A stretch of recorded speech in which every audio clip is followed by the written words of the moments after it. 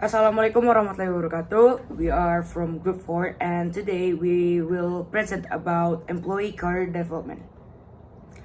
Career development, the assistance provided by an organization to support professional growth of its employees, particularly when they move to a new position or project within the organization. This assistance typically includes coaching, mentoring, skill development, network, and career planning. Next, career terminology. Career, the occupational positions a person has had over many years. Career management, the process of enabling employees to better understand and develop their career skill and interests, and to use these skills and interests more effectively. Career development, the lifelong series of activities that contribute to a person's career exploration, establishment, success, and fulfillment. Next, changing jobs today. Shift in career stability. Economic factors like recessions, mergers, and outsourcing have disrupted by stability of traditional careers. Jobs that were once secure and predictable now require individuals to adapt to change in the job market. Emphasis on adaptability. In response to this shift, individuals must be willing to adapt and reinvent themselves multiple times throughout their careers. Continuous learning, skill development, and flexibility are essential to remaining relevant and competitive in today's job market. Next, changing expectation at work. Change expectations. Nowadays, both workers and bosses have new ideas about work. They care more about having a balance between work and personal life. This means they want work to fit in with their life better. The way of thinking. With these changes, old ways of managing careers needs to change too, right? We need to rethink how we plan our careers because what worked before might not work for now. It's like we need to update our career playbook to match the new rules. Next one is adapting to change. To keep with this new expectation, both workers and bosses need to be flexible. This means being open to new ways of doing things and being willing to change how we work. By adapting of this shift, we can create a better work environment for everyone. Next, psychological contract. Psychological contract is an unwritten agreement that exists between employees and employers. It identifies each party's mutual expectations. For example, a management will provide satisfactory work conditions in a long-term relationship. With that, employees are expected to give good attitude, follow directions, and showing loyalty to the organization. But nowadays, the labor markets are far more tumultuous. Neither the employee nor the employer can count on long-term commitments from each other. That fact changes the term of the psychological contract and makes career management even more critical for the employee. Next is employees' role in career management. Active engagement.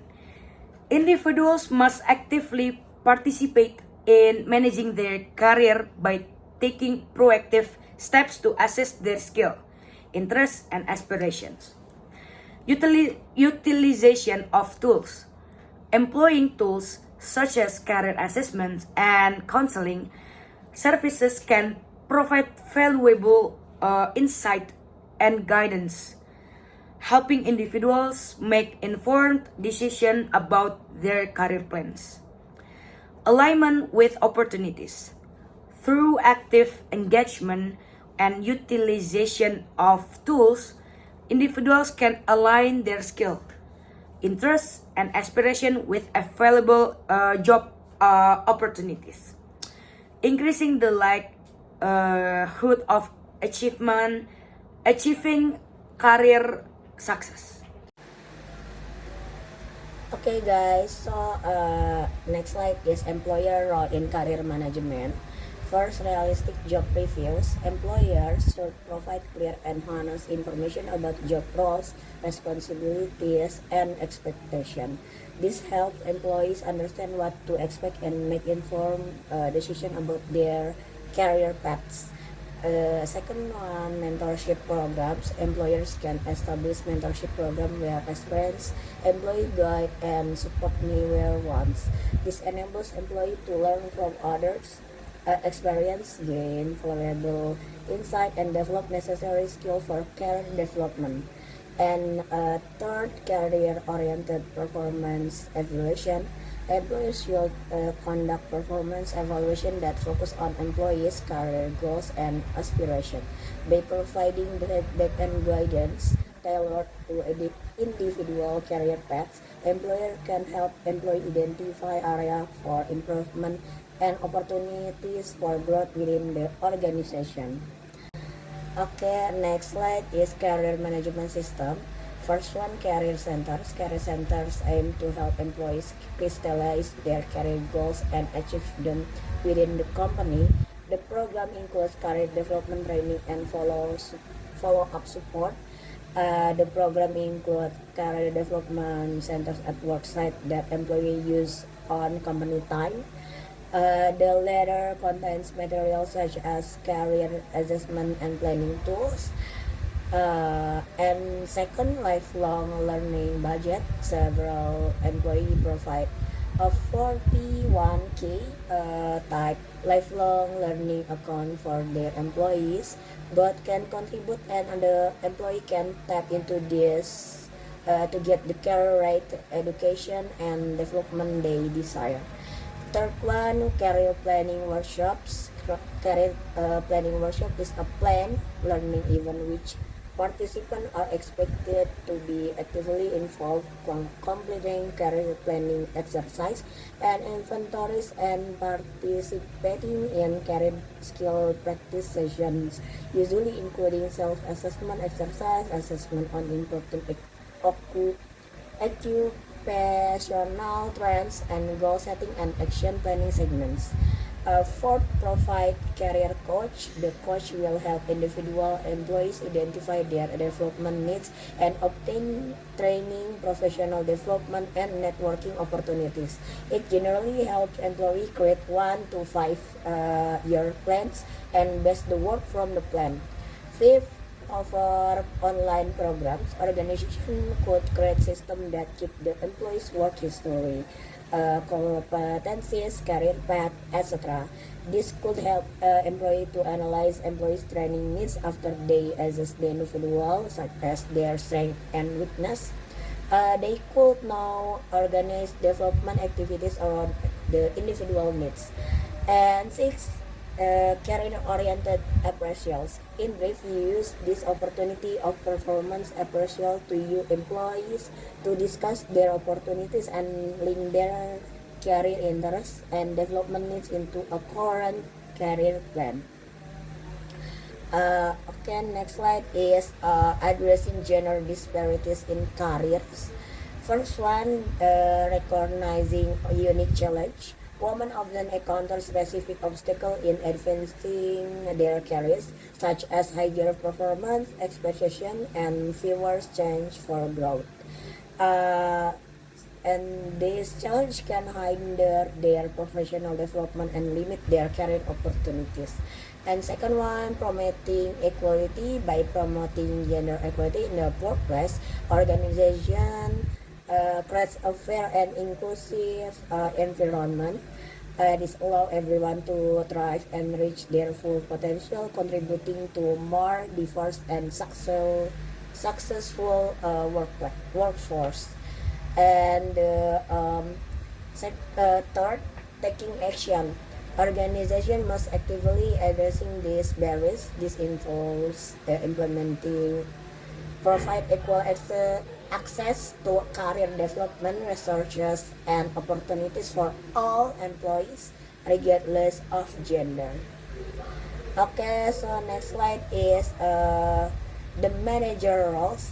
It's hard to overstate the impact that a supervisor can have on their employee career development with little or no additional effort than realistic performance review and candid career advice. A competent supervisor can help employee stay on the right track, and uncaring or unsupportive supervisor can help employee get on the and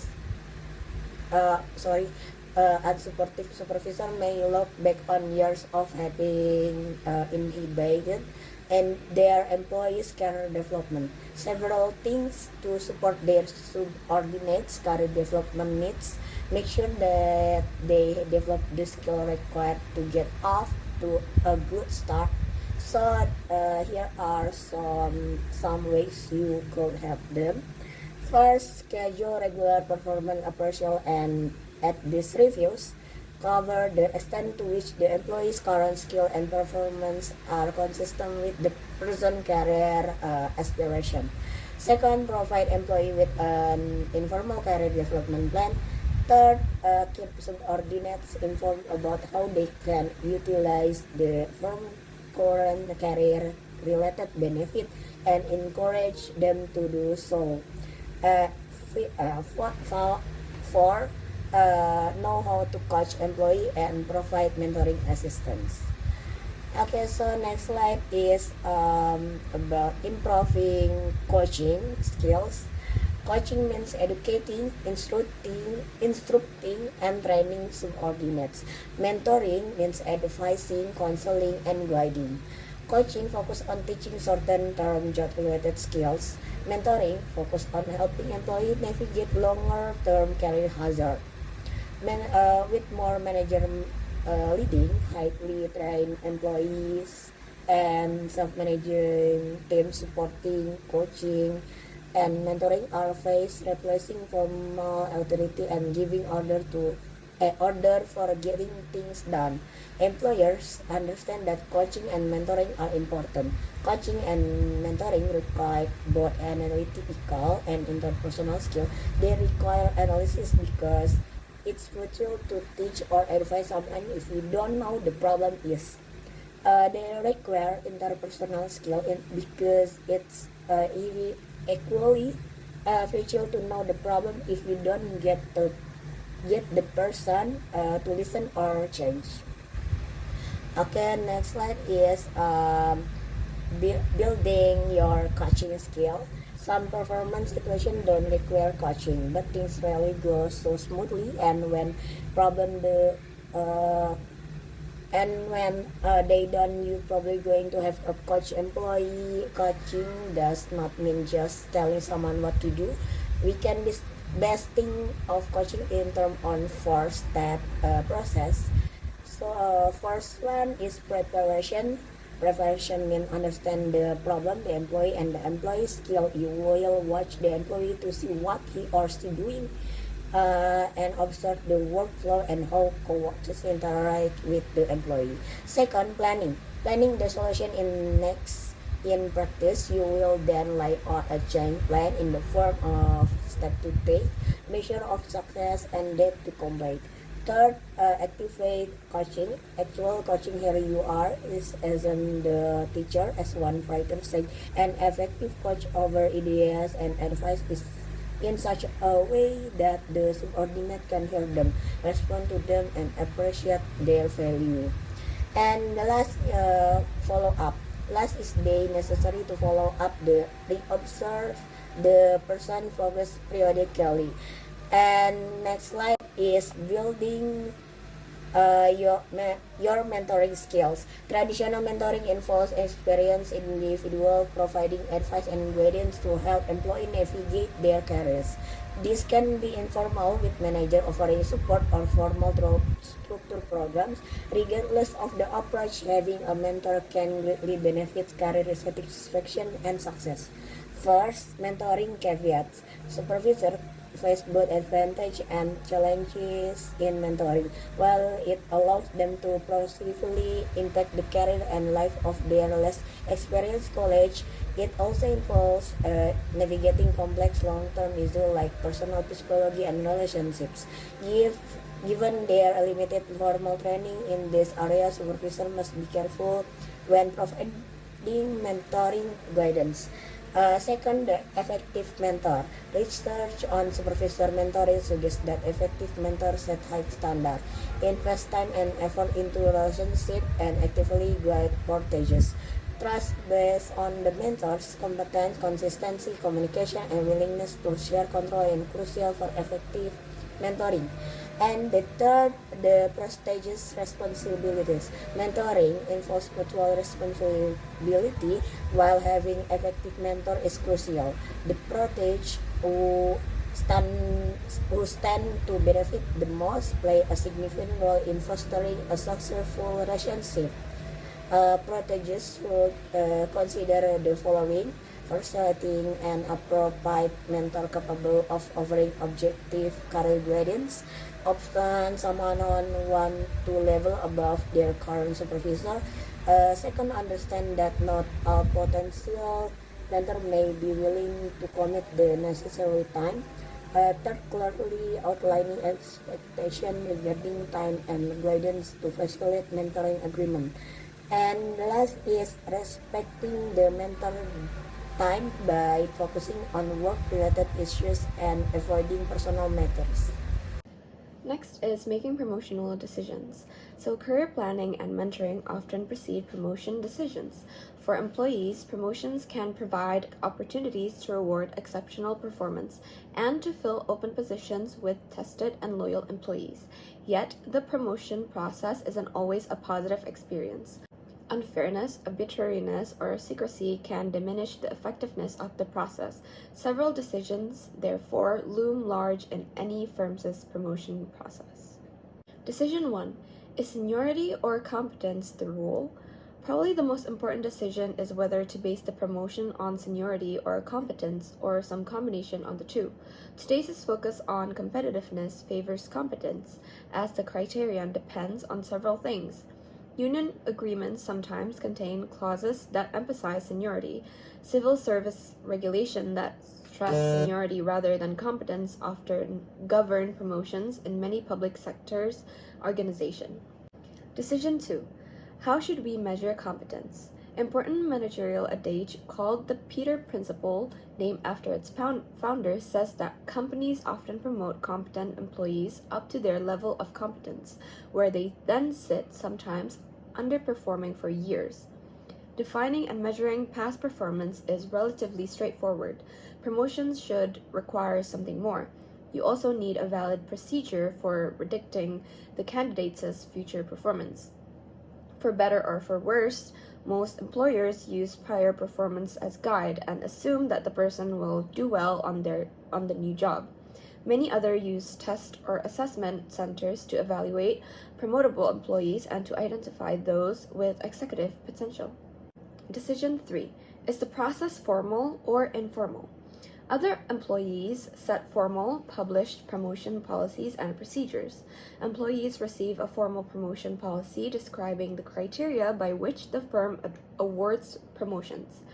A job posting policy states the firm will post open positions and their requirements, and circulate these to all employees. Many employers also maintain employee qualification data banks and use replacement charts and computerized employee information system. Decision 4. Vertical, horizontal, or other. Promotions aren't necessarily upwards. How do you provide promotional opportunities for those like engineers who may have little or no interest in managerial roles? Some firms, such as the exploration division of British Petroleum, BP, create two parallel parallel career paths, one for managers and another for individual contributors, such as high-performing engineers. Individual contributors can move up to non-supervisory but senior positions, such as senior engineers. Another option is to move the person horizontally. For instance, move a production employees to human resources to develop his other skills and to test and challenge his or her aptitudes. And in a sense, promotions are possible even when leaving the person in the same job. The next one is sources of bias in promotion decisions. So women and people of color still experience relatively less career progress in organizations, and bias and more subtle barriers are often the cause. Yet this is not necessarily the result of decision makers' racist sentiments. Instead, secondary factors such as having few people of color employed in the hiring department may be the cause. In any case, the bottom line seems to be that whether it's bias or some other reason, barriers still exist. Employers and supervisors need to identify and abolish them. Women still don't make it to the top of the career ladder in numbers proportionate to their numbers in US industry. Women constitute more than 40% of the workforce, but hold less than 2% of top management positions. Blatant or subtle discrimination probably accounts for much more than this. Some hiring managers erroneously believe that women belong at home and are not committed to careers. A lack of female mentors makes it harder for women to find the role models and supporters they need to help guide their careers. Special networking and mentoring opportunities can reduce some of these problems, as can more flexible employment policies. The next one is important for every employees, which is managing retirements. For many employees, years of appraisal and career planning end with retirement. Retirement planning is a significant long-term issue for employers. In the United States, the number of 25 to 34-year-olds is growing relatively slowly, and the number of 35 to 44 years old is declining. So with many employees in their 50s and 60s moving towards traditional retirement age, employers face a long-term labor shortage. Companies have been so focused on downsizing to contain costs that they largely neglected a looming threat to their competitiveness: a severe shortage of talented workers. The bottom line is that retirement planning is no longer just helping current employees slip to retirement. It can also enable the employer to retain, in some capacity, the skills and brain power of those who should normally retire and leave the firm. The next is workforce retirement planning. A reasonable first step is to conduct numerical analysis of pending retirements. This should include a demographic analysis, including the consensus of the company's employees, a determination of the average retirement age for the company's employees, and a review of how retirement is going to affect the employer's healthcare and pension benefit. The employer can then determine the extent of the retirement problem and take fact-based steps to address it. The methods are: employers interested in retaining retirees should enact specific strategies.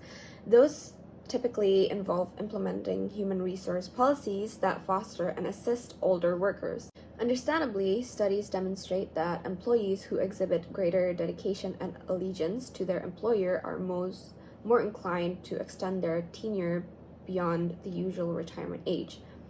This often starts by creating a culture that honors experience. For example, one British bank stopped using psychometrics tests, replacing them with role-playing exercise to gauge how candidates deal with customers.